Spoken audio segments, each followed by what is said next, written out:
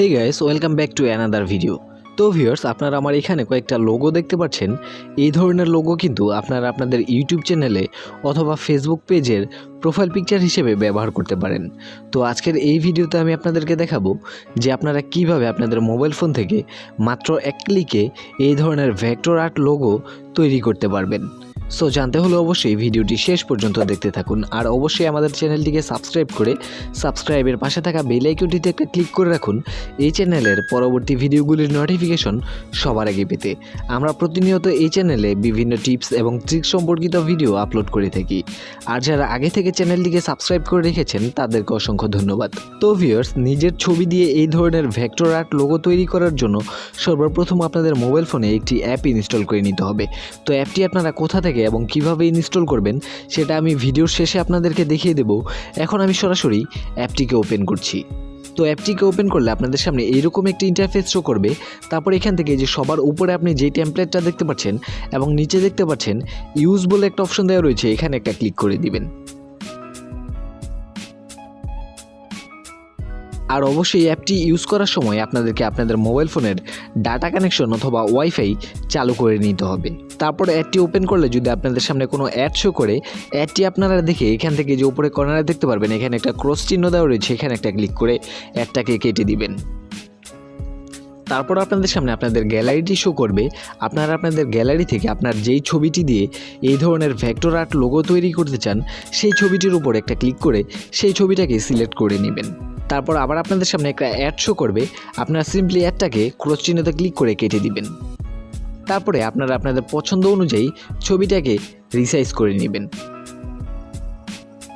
তারপর এখান থেকে নিচে দেখতে পারবেন ক্রিয়েট কার্টুন বলে একটা অপশন দেওয়া রয়েছে, এখান থেকে ক্রিয়েট কার্টুন এখানে একটা ক্লিক করে দিবেন। তারপর এখানে প্রসেসিং হতে একটু সময় নেবে, আপনারা এখানে একটু অপেক্ষা করবেন। তারপর আবার এরকম একটা অ্যাড শো করবে, আপনারা এখান থেকে এই ক্রস চিহ্নতে ক্লিক করে অ্যাডটাকে কেটে দিবেন।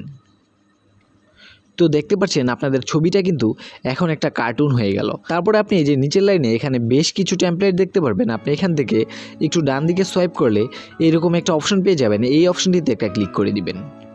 তারপর আপনাদের সামনে এরকম বেশ কিছু অপশন শো করবে, আপনারা এখান থেকে আপনাদের পছন্দ মতো যে কোনো একটা ফিল্টার চুজ করে নেবেন।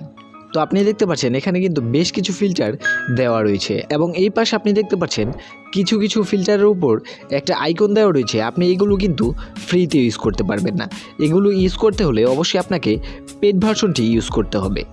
তো আমি এখান থেকে ফ্রিতে যেগুলো ইউজ করা যায় সেগুলো দিয়ে একটা লোগো তৈরি করে দেখাচ্ছি। ধরেন আমি এখান থেকে এই টেমপ্লেটটাকে চুজ করলাম, তারপরে ছবিটাকে সুন্দরভাবে আপনি রিসাইজ করে দিবেন, আপনি যতটুকু রাখতে চান সেই অনুযায়ী রেখে দিবেন। তারপরে বাস কমপ্লিট, আপনার কাজ শেষ। এখন জাস্ট সিম্পলি আপনি এখান থেকে এই টিক চিহ্নতে একটা ক্লিক করে দিবেন। তারপরে আবার অ্যাড শো করবে, আবার অ্যাডটাকে আপনি কেটে দিবেন। তো এখন কিন্তু দেখতে পাচ্ছেন সেভ টু গ্যালারি লেখা উঠেছে, এর মানে হচ্ছে এই ছবিটা কিন্তু আপনাদের গ্যালারিতে সেভ হয়ে গিয়েছে। তো এখন কথা হচ্ছে এই অ্যাপটা আপনারা কিভাবে এবং কোথা থেকে ইনস্টল করবেন।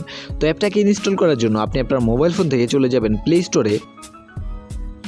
প্লে স্টোরে আসলে আপনি এখানে একটা সার্চ বক্স পেয়ে যাবেন, এখানে সার্চ বক্সে গিয়ে সার্চ করবেন টুন অ্যাপ, TOON টুন অ্যাপ।